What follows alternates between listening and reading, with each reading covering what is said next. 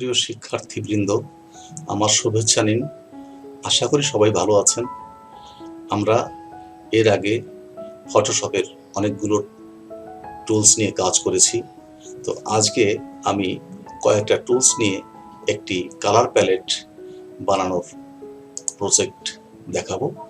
তো সেজন্য আমি একটা পেজ নেই, Ctrl+N দিয়ে একটা পেজ নিলাম। তো এইখানে আমি কালার নেওয়ার জন্যে আমরা সহজে বেশি কালার নিতে আমরা যে কাজটা করতে পারি সেটা হলো আমরা গুগল থেকে কালার প্যালেট নিয়ে একটা নমুনা নিতে পারি। গুগলটা অন করি, অন করে এখানে ইমেজটা সিলেক্ট করি, সিলেক্ট করে এখানে আমি লিখতে পারি কালার প্যালেট। প্যালেট লিখে এখানে আমরা প্রচুর কালার প্যালেট দেখতে পাবো। এখান থেকে আমার প্রয়োজনের বা রুচিসম্মত যে কোনো একটা নিয়ে আমি নমুনা সংগ্রহ করতে পারি। সেই হিসেবে এইটাকে আমি চয়েস করলাম, এর থেকে আমি কালার প্যালেট তৈরি করব।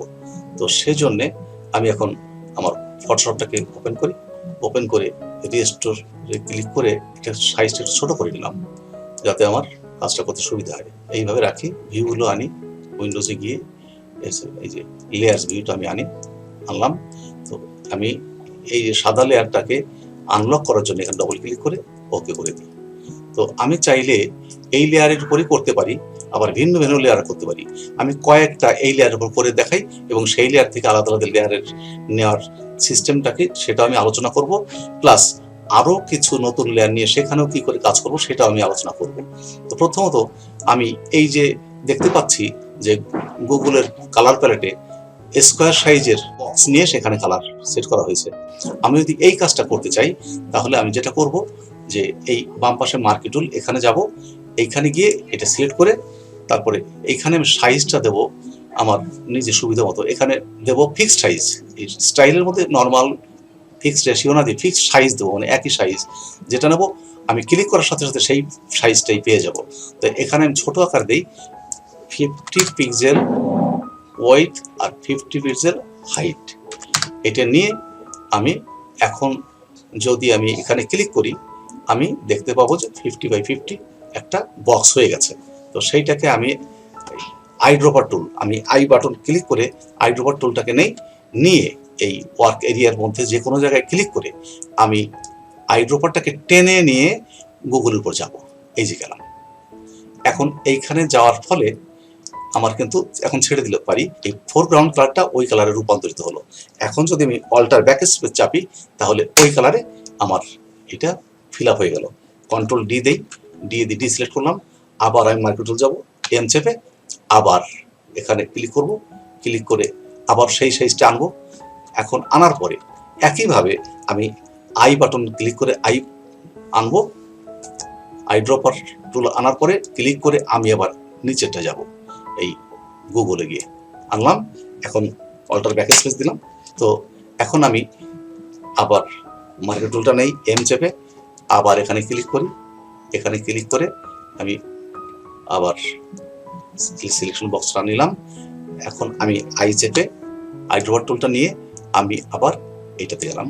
এখন অল্টার ব্যাক স্পেস চেপে আমি কালার দিয়ে ফিল করলাম, Ctrl+D দিয়ে ডিসিলেক্ট করলাম। এইভাবে আমি কথা না বলে শুধু কাজটা করে যাই পর্যায়ক্রমে। তো এতক্ষণ আমরা একটা লাইন কেবল করে দেখালাম, এখন পর্যায়ক্রমে পরেরগুলো করব। আমি করেছি একটা লেয়ারে, আমি চাই এই সব লেয়ারগুলো যদি আলাদা করতে চাই সেই ক্ষেত্রে কি করবো তার একটা নমুনা আমি দেখাই।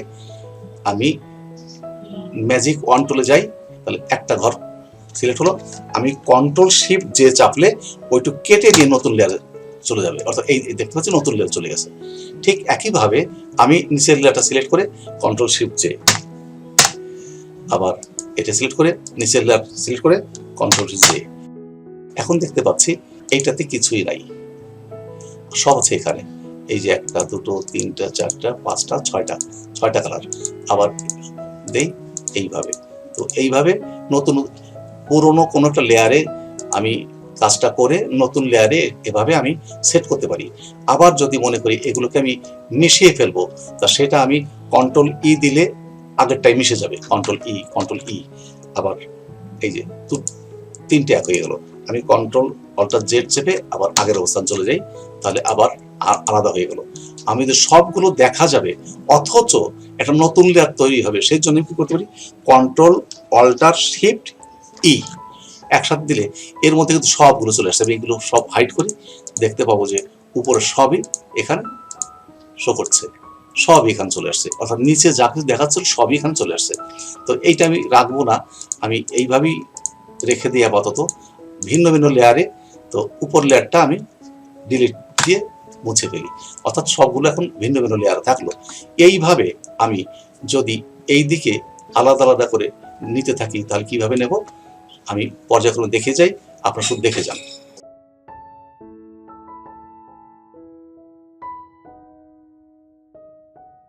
তো একটা সারি নিলাম। এখন এইগুলোকে যদি অ্যালাইনমেন্ট করতে চাই, এইখান থেকে উপর পর্যন্ত আমার অ্যালাইনমেন্ট এদিক সেদিক আছে কিনা সেটা আমি দেখতে পারি। যেমন এদিক যদি অ্যালাইন এদিক সেদিক থাকে, যদি এরকম বাঁকা থাকে, তো সেই ক্ষেত্রে আমি 100 জানিয়ে আসতে পারি। সেটা হলো এই পর্যন্ত সিলেক্ট থাকা অবস্থায় আমি যদি এইখানে ক্লিক করি সব একই অ্যালাইনমেন্ট হয়ে গেল, অর্থাৎ উপরে এক লাইনে চলে আসলো। তো এইভাবে আমি কালার প্যালেট বানাতে পারি। আমি এক লাইন দেখালাম, সেইভাবে আমি পর্যায়ক্রমে পরবর্তী ধাপগুলো করতে পারি। এগুলোকে আমি Ctrl-E দিয়ে মার্জ করে ফেললাম। তাহলে আমার এইটুক জায়গা সেভ হয়ে গেল। তো এখন পরবর্তী কাজগুলো আমি করে ফেলি।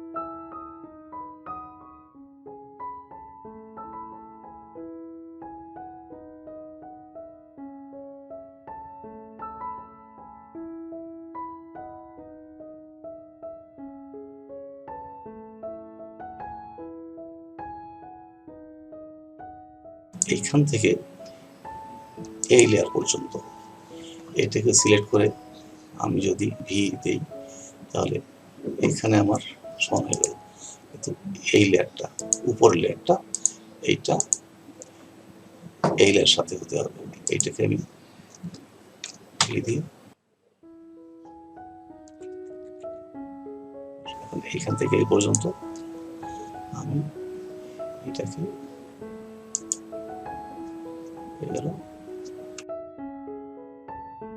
এইটাকে আমি ডুপ্লিকেট করলাম, 2 লাইন করে ফেললাম। তো এইটাকে অফ করে আমি যদি এইটা সিলেক্ট থাকা অবস্থায় পর এইভাবে নিয়ে যাই তাহলে এইটা সিলেক্ট করলাম। এখন আই বাটন চেপে নিয়ে এইখানে এটি যাই, অল্টার ব্যাকস্পেস। এইটা সিলেক্ট করলাম, এখন আই বাটন চেপে নিয়ে এইখানে এটি যাই, অল্টার ব্যাকস্পেস।